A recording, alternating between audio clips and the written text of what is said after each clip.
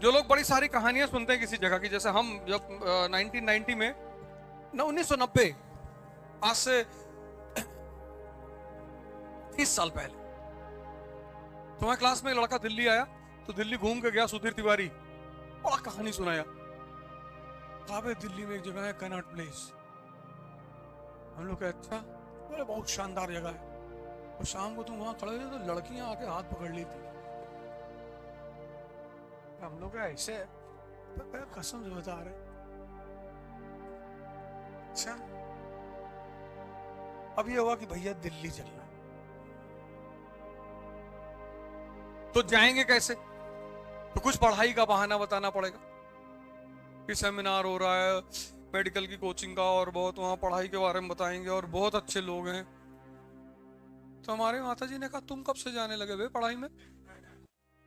हमने कहा नहीं, अब मेरा मन बदल रहा है और मुझे लग रहा कुछ पढ़ाई करनी चाहिए। पिताजी हमेशा साथ में रहते थे, वो कहे कि अच्छा अच्छा सेमिनार के लिए जा रहे हो? जाओ जाओ जाओ जाओ जाओ, तुम दिल्ली घूम के आओ, कायदे से सेमिनार करना। मैंने कहा जी जी एकदम जाएंगे, और पूरा सेमिनार करके एकदम अब बस पढ़ना है। तो आए 2-3 अति उत्साही लोग दिल्ली आए, भैया 4-5 दिन टहले कैनॉट प्लेस,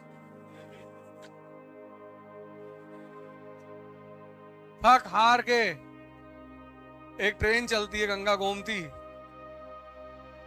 उसको पकड़ के किसी तरह लखनऊ पहुंचे, फिर लखनऊ बस पकड़े, फिर गोंडा आए, फिर स्कूल गए,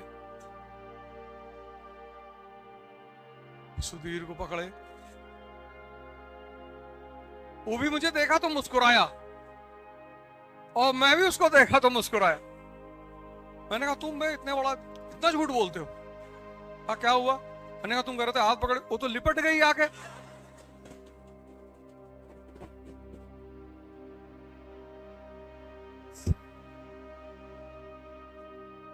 और कोई रास्ता नहीं था।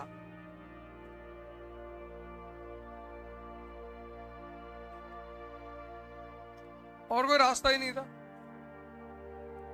फिर वो भी मुस्कुराया, हाँ बिल्कुल लिपटी हो गई। बाकी लोग जो मेरे साथ गए थे वो उस बेचारे सन्नाटे में थे, क्या बोले क्या ना बोले, घर पे क्या कहेंगे। ऐसे लोगों को बोलते हैं एडवेंचरर्स। ऐसा भी अगर मैं तुम्हें यहां की कहानियां सुना देता,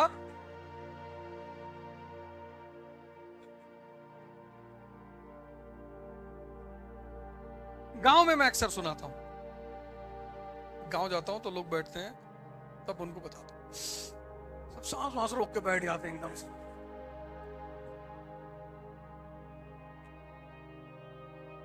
अच्छे लोग होते, सीधे सरल लोग। हालांकि गांव में अब ज्यादा खुराफात है, पॉपुलेशन इतनी ज्यादा बढ़ गई है कि बिना लड़ाई किए सर्वाइवल हो ही नहीं सकता।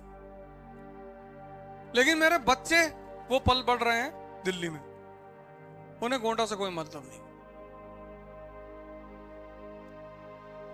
बड़ी वाली बेटी गांव गई तो उसने पहले मुझसे कहा कि पापा मॉल कहाँ है? मैंने कहा बेटा मॉल तो है नहीं, यहाँ तो अभी निकलेंगे शिकार पे।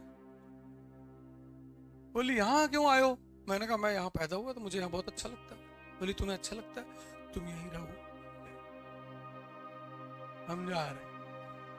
अक्सर माँ बाप अपने बच्चों को अपने शहर से बाहर भेज देते हैं। उसकी एक बहुत सिंपल सी वजह है, तुम्हारा जो शहर है जहां तुम पले बड़े हो, पैदा हुए हो, वहां 3 लोग हैं, एक तुम्हारे पड़ोसी, एक रिश्तेदार, एक दोस्त। अब वो बहुत जरूरी है लाइफ में। भाई मेरे फादर की तबीयत खराब हो गई थी, तो तुरंत मेरे जितने दोस्त शहर में मौजूद हैं सब मेरे घर पहुंच गए।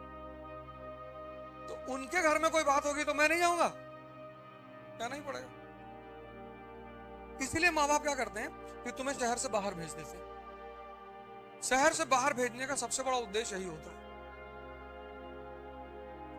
कि तुम्हारा जो सोशल अटैचमेंट है वो खत्म हो जाए।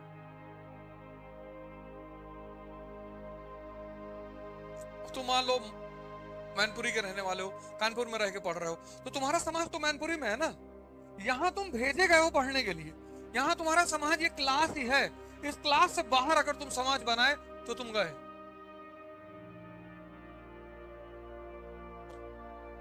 इसलिए जितने लोग शहर छोड़ के चले गए वो बाहर जाके बड़ा पैसा कमाए, बहुत नाम कमाए। मेरे गांव में एक लड़का है, 8th 9th में भाग गया था बंबई में, और आज की डेट में मेरे शहर का सबसे अमीर आदमी है।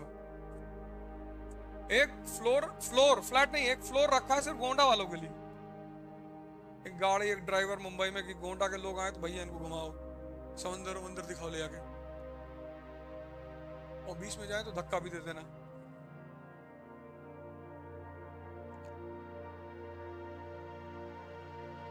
इतना पैसा कमाया उसने, क्योंकि वहां कोई देखने वाला नहीं। जैसे तुम्हारा घर यही कानपुर में, शारदा नगर के रहने वाले, अब यहाँ तुम ठेला नहीं लगा पाओगे, यहाँ तुम मजदूरी नहीं कर पाओगे, यहाँ सब तुम्हें देखने वाले हैं। जहां डिटैचमेंट है वहां डायनामिज्म है, ज्यादा समय है, ज्यादा ऊर्जा है, ज्यादा शांति है। तुम व्हाट्सएप खोलो, ट्विटर खोलो, अभी जैसे खोलोगे कोई न्यूज आ जाएगी, ये देखिए बांदा में दलित युवक को सड़क पर घसीटते हुए। फिर शाम होगी, फिर तुम्हें पता चलेगा ये देखिए एक ब्राह्मण स्त्री के साथ बदतमीजी करते हुए मुस्लिम युवा।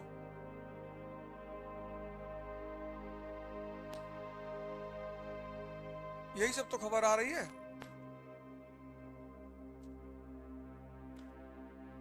इसके अलावा भी कोई खबर आ रही, यही आ रही।